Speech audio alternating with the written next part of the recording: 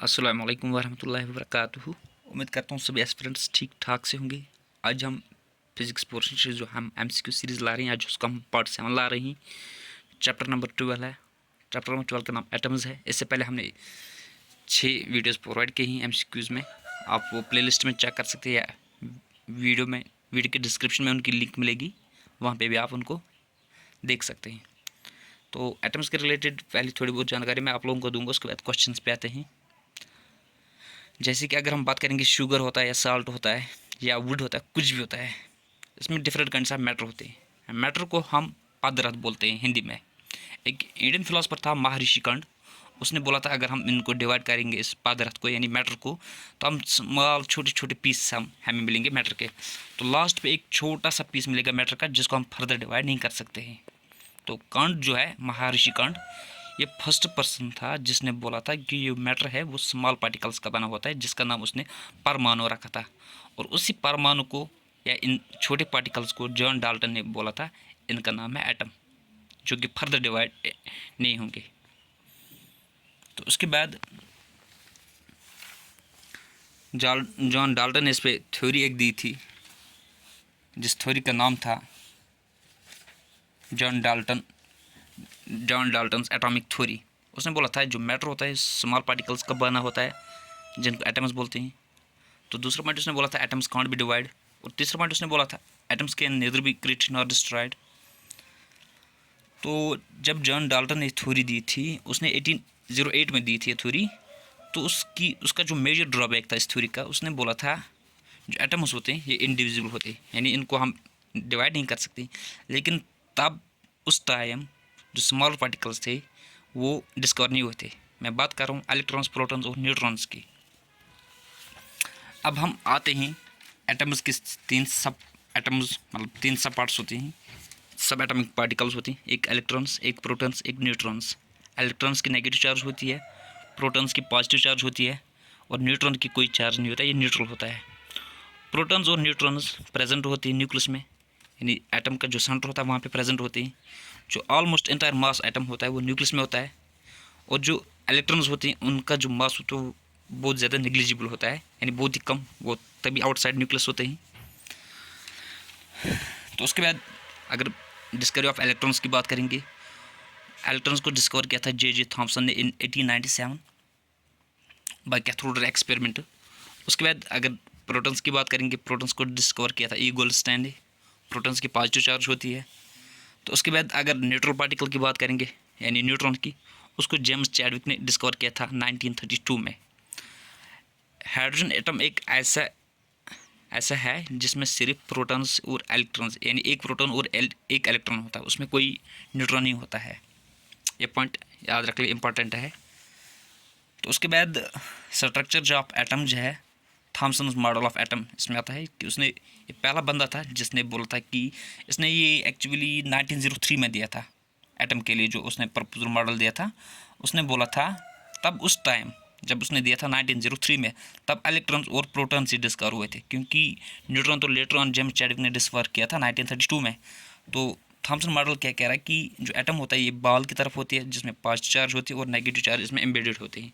या इस मॉडल को हम ऐसे भी कह सकते हैं, जो वाटरमेलन होता है जिसमें रेड पार्ट होता है वो पॉजिटिव चार्ज रिप्रेजेंट कर, और जिसमें ब्लैक सीड्स होते हैं वो रिप्रेजेंट करते हैं इलेक्ट्रॉन्स। तो ये थॉमसन मॉडल की बात मैं कर रहा हूँ। तो उसने बोला था ये इलेक्ट्रिकली न्यूट्रल होता है, फिर वो एक्सप्लेन नहीं कर पाया इनकी सुटेबिलिटी। तो उसके बाद जब न्यूक्लियस की डिस्कवरी हुई थी, रदरफोर्ड ने डिस्कवर किया था। तो न्यूक्लियस, ये जो स्मॉल पॉजिटिव चार्ज होता है सेंटर में होता है एटम का, जिसमें प्रोटॉन्स और न्यूट्रॉन्स होते हैं। जो एंटायर मास होता है वो न्यूक्लियस में ही होता है, क्योंकि इलेक्ट्रॉन्स आउटसाइड लाई करते हैं। प्रोटॉन्स और न्यूट्रॉन्स को दोनों को मिला के हम न्यूक्लियॉन्स बोलते हैं, क्योंकि ये न्यूक्लियस के अंदर प्रेजेंट होते हैं। तो रदरफोर्ड ने जो न्यूक्लियर मॉडल दिया था एटम का, उसने 1911 में अपना मॉडल दिया था, तब इलेक्ट्रॉन्स और प्रोटॉन्स ही प्रेजेंट थे। उसके बाद रदरफोर्ड के बाद एक और साइंटिस्ट था, नील बोर, जिसका नाम था, उसने दिया था स्टेबिलिटी ऑफ एन एटम, और उसने ये थ्योरी दी थी 1913 में। उसने बोला था जो इलेक्ट्रॉन्स होते हैं वो रिवॉल्व करते हैं न्यूक्लियस के अराउंड कुछ सर्टन ऑर्बिट्स में, जिनको हम एनर्जी लेवल्स बोलते हैं, और हर एक ऑर्बिट का डिफरेंट रेडियस होता है।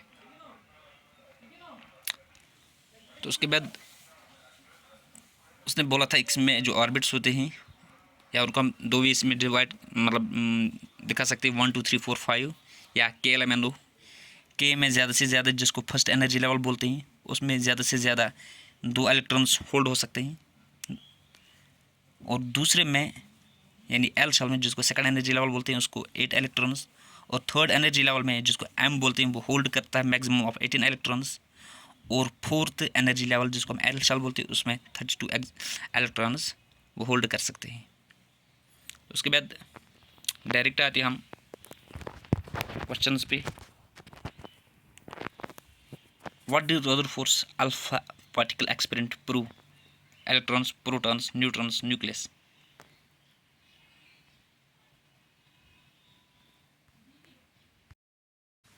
तो क्वेश्चन नंबर फर्स्ट का आंसर है न्यूक्लियस। अभी मैंने ऊपर थोड़ा सा जो इंट्रोडक्शन दिया था इससे रिलेटेड, उसमें मैंने बोला था। उसके बाद क्वेश्चन नंबर 2 है, why was Rutherford's atomic model unstable? Option C, electrons do not remain in orbit, nuclear will break down, the nucleus repels electrons.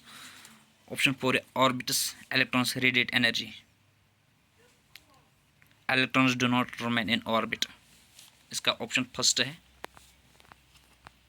Question number 3 है, Balmer series lies in which spectrum? हमारे पास option है ultraviolet, visible, infrared, partially visible. तो इसका सही answer है visible. Visible spectrum में Balmer series lie करती है। क्वेश्चन नंबर 4 है, according to classical theory the circular path of the electrons is circular, parabolic, spiral, straight line. तो इसका सही आंसर है स्पाइरल। क्वेश्चन नंबर 5 है, electrons in the atom are held to the nucleus by nuclear force, Columbus force, gravitational force, van der Waals force. तो इसका सही answer है Columbus force, option B. Question number 6 है, the electrons of Rutherford model would be expected to lose energy because they jump on the nucleus, they move randomly, radiate electromagnetic waves, escape from the atom। तो इसका सही answer है radiate from electromagnetic waves. Question number 7 है, who discovered the first spectral series? Lyman, Balmer, Paschen, Pfund. तो इसका सही answer है Balmer series, यानी option B Balmer. Question number 8 है, which of the following did Bohr use to explain his theory? Quantization of angular momentum, quantization of quantum frequency, conservation of mass, conservation of linear momentum। तो इसका सही answer है quantization of angular momentum, यानी option first.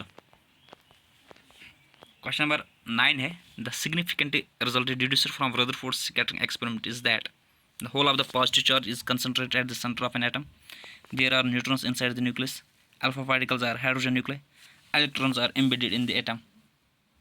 तो इसका सही answer है a part, the whole of the positive charge is concentrated at the centre of an atom. Question number 10 है, the first model of an atom was proposed by Niels Bohr, Albert Einstein, J Thomson, Ernest Rutherford. Start में मैंने ये बोला था। तो इसका सही answer है जे थॉमसन, ऑप्शन सी। अगर आपको कंटेंट अच्छा लग रहा है तो इस कंटेंट को, इस वीडियो को अपने फ्रेंड्स के साथ शेयर करो। बाकी कमेंट बॉक्स में ज़रूर बताएं कि किसके कितने करेक्ट हुए 10 में से। और नेक्स्ट यूनिट जो होगा, चैप्टर होगा चैप्टर नंबर 13 न्यूक्लियाई, उसको पढ़ लेना। बाकी वसलाम।